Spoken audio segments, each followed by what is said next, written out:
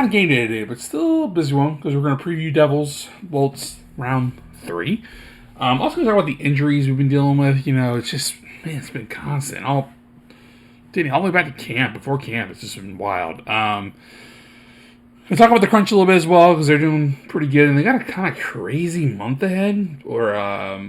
Their schedule's kind of wonky. The Bolts' schedule is always wonky, but the Crunch's schedule is just a little out this month. But yeah, that's fine. We'll talk about them, and then we're also going to do, of course, the what if at the end. So strap in. Let's get to it. First off, we're going to talk about the Devils matchup. So this is the final matchup of the season against New Jersey. Remember, right? We've already been there once. They played at the bench once. We did lose to them 5-3 at the bench on October 11th, the second game of the season. That was after 5-4 loss to the Senators on opening night. So Vasi was in net for that one. 5-1 win came about a month later. That started the game, the 7-game winning streak. The game on November 18th. So, we'll take that all day. That's hopefully that this one will be the second win in hopefully longer than 7-game streak. I'm in on that. I don't know if y'all are. I'm sure you are. If the Bolts win, they'll put the Devils on their home ice this year. So remember, right? The Devils beat us at the bench back in October, but then we beat them at the Prudential Center last month. So if we can win tonight, then hey, let's leave them at their home ice, winning the season series 2-1. We'll take that all day, obviously. The Devils win, though. They win the season series 2-1, and they do redeem themselves in front of their home fans. So it's going to be an interesting one. Because remember, Vasi's been in net for these matches before, but he's not anymore. JoJo's in net now. The current number one, remember, he did notch his first win in the role in the 6-1 win over Montreal. In 3 starts, he has a save percentage over .950 and just a 1.0 goal allowed average. So I'd say that's not too shabby. He's really kind of stepping into Vasi's shoes and playing just really good hockey lately. And remember, y'all know, before the season, I was kind of on the fence. I didn't really know if he would be able to take that next step. But this season, JoJo's really played well. He's kind of kept us afloat when Vasi was struggling early on in the year. And now, both guys are kind of hitting their stride. Unfortunately, Vasi's hurt now, but JoJo's playing great hockey, y'all. Like I said today, don't be surprised if at some point someone calls and offers him their number one because, he's only 28, 29, I believe he's 29, and playing great hockey. So he's keeping us in it right now. We do need a strong performance from after the Canadiens win. Needs to continue the strong performance from the Canadiens win. To prove that we've really bounced back from that 4-game skid. Remember, a lot of things just weren't breaking our way during that. The Hagel hand call, a couple other things, the dot tech shutouts, which was weird. A lot of things were going our way, but that 6-1 win feels like it righted the ship. I believe I'm right on that. I'm hoping I'm right. We're going to see if it has indeed righted the ship. Even though the Bolts were doing everything right in those losses for the most part, right? They were really playing great hockey, playing their game. Coop said they had to stick with it. They did stick with it, and it ended up with that win. And another one would be even better because, a win will keep the Bolts in first place. Bolts and Bruins right now are tied at 36 points. The rest of the divisions, though, not too far off. They're pretty hot on their heels. Detroit is 1 point behind the Bolts and Bruins.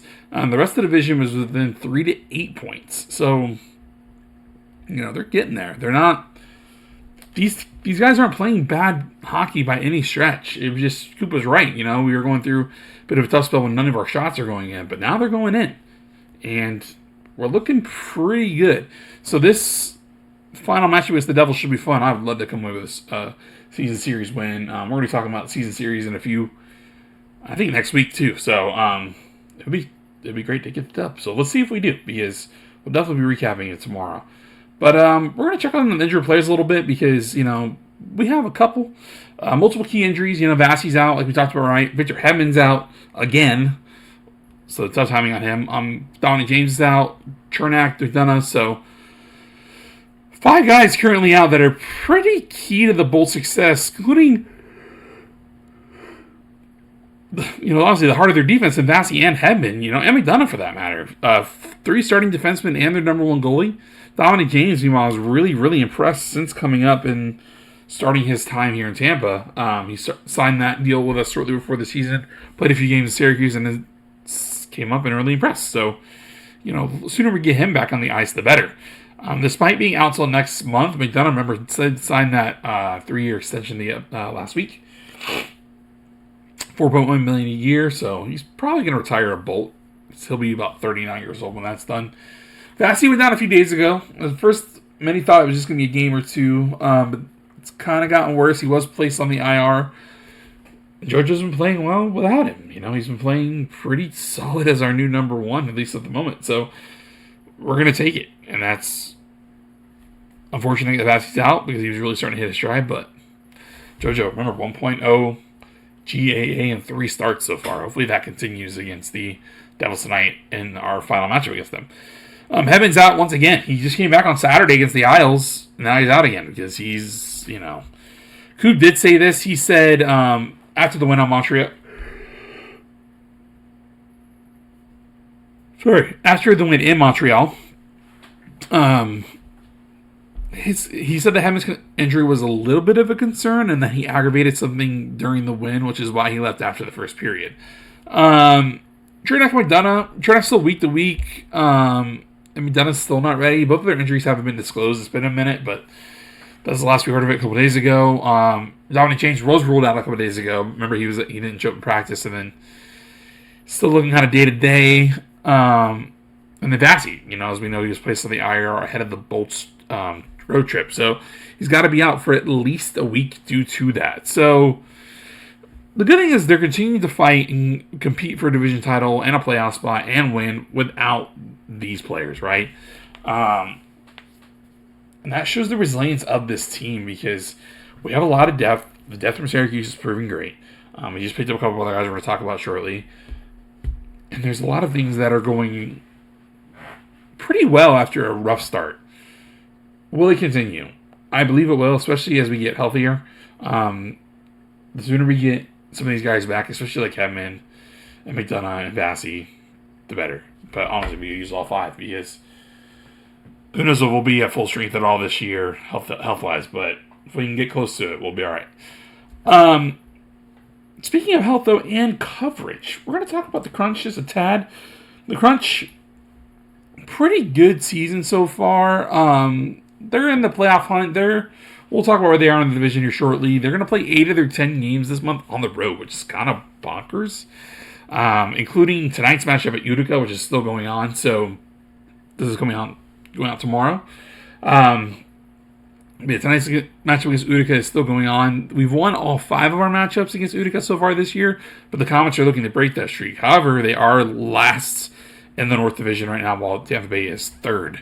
Scott Saborn recently left the Crunch. He was promoted against Tampa Bay over the weekend. The forward has really kind of carved out a steady role with the Crunch, though. 17 games there, 6 points, so not too crazy. Remember, he's been up and down quite a bit. 4 goals and 2 assists, net 0 plus minus. So definitely a key part what the Crunch are doing, but obviously also a key part of the Lightning depth. Jacob Pelletier continues to pace the Crunch in points. He's notched 27 total points, leading the team. 11 goals, 16 assists. Both figures lead the team as well. Plus 9, plus minus also leads the team. So that's over 21 games. So the summer free agent, it's safe to say, is proving his worth pretty much the entirety of the season so far.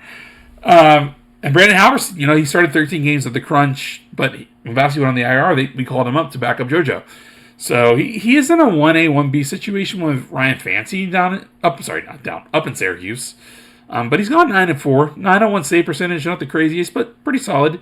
2.58 GAA. So they got off to a hot start of the season, kind of cooled off a little bit. So now the Crunch are in 3rd. They're 5 points behind the division-leading Laval Rocket. Can they bridge the gap with these road trips they're going on with multiple wins throughout this month? If so, that's going to be looking a lot better. 2 recent additions as well. We're going to talk a bit more about over the next few days.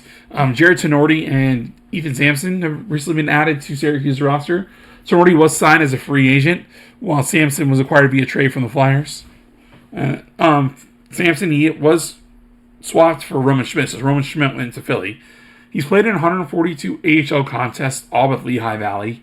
In those games, he has 40 points, 15 goals, and 25 assists. So definitely shown that he can produce points and get the puck back on the net when needed. Meanwhile, Tenori, he's 33 and played 205 NHL games with the Blackhawks, Rangers, Bruins, Predators, Coyotes, and Canadiens, with 30 overall points, 4 goals, and 26 assists. He was originally selected in the first round of the 2010 NHL draft by Montreal. So the Crunch are looking better and they're looking stronger. And yeah, it's been a bit of a rough stretch, but the Lightning went through one of those too. Remember, we've called up a lot of Crunch players to come help us. A lot of them have been sent back down. We still got a couple guys on the roster that can really help. So, however, as we all know, outside help is never a poor idea by any means. So we're going to talk a little bit about Dougie Hamilton. Dougie Hamilton, I'm a big fan of Dougie Hamilton. I really like him. 2011, 9th overall pick by the Bruins. Spent 3 seasons in Boston, 3 seasons in Calgary, then 3 seasons in Carolina. And he's now in his 5th season with the Devils. He signed an 8-year deal with them a few years ago. So he is one of the leaders, and not the leader of the blue line. He's one of the locker room leaders for sure in New Jersey. Young team. A lot of younger players coming up and in their primes, but Dougie Hamilton is one of those guys that's really set up a leader. Andre Palat, obviously, the former Bolt, is another one. Played in 60-plus games in 9 of his 13 full seasons, including 82 in 4 of those seasons. He can be durable, but he has dealt with injury issues in the past. Almost every season is some sort of knock that keeps him out for a few games, usually. Something's going on, but I think he'd be a tremendous addition to our blue line. She gave it one of the highest total scores today. 64 games last year, 40 points, 9 goals, and 31 assists, plus 8 plus minus, and just under 20 minutes time on ice, 1951 to be precise. So, he could definitely shoulder the load and help carry a defense on a top pairing. 26 games so far this year, -4 plus minus, and average 21-24 time on ice, so more time on ice than last year. 4 goals and assists for a total of 8 points as well. So, remember, he's going to be a UFA in 2028, so it's still a ways off, and he would be a really big addition to the Bolts blue line. He might be injury prone, and he does have a $9 million salary, which is high. However, if the Bolts could figure out a way to kind of squeeze that under the salary cap and make maybe a deal or two to help kind of alleviate some stress and pressure, let's see Dougie Hamilton in Bolt blue. However, also, remember, the Devils are not too far out of it either. They're in a very, very competitive Metro division, and if they think they can get there, they're not going to trade Dougie Hamilton. So, he is making $9 million a season this year and the next 2 years. So, yeah, definitely going to have to create some cap space. We'd also probably send back a defender or two. I think like Maxwell Crozier or Emil Lilleberg. So, a trade for him would be intriguing. I think it'd be a big boon to our cup chances. However, we've shown with the experience we have in Syracuse, all these guys coming up in and out, they're playing great. So if the Devils are still in contention this next month, they might try to add. They might not even worry about Hamilton or Andre Palat or anyone else to try to trade. So it's intriguing. But yeah, I would love to have him. I rated him a 16 out of 20. I would love to have him on our defense. I think he'd be an excellent addition, especially as an offensive weapon. But who knows what will happen? We're about 2 months away from the deadline. Maybe a little over that as well, so a little under that. I'll double check that and get back to y'all tomorrow about it. But yeah, tomorrow we're going to review the Devils matchup, of course. Hoping for the second consecutive win in a row, of course, because we don't need another losing streak. And then a couple other things as well, a couple what-ifs, just one preview. Talking about the Isles preview as well for their season series finale. So, this is Jordan Llanes signing off. I'll see y'all tomorrow. Have a good one.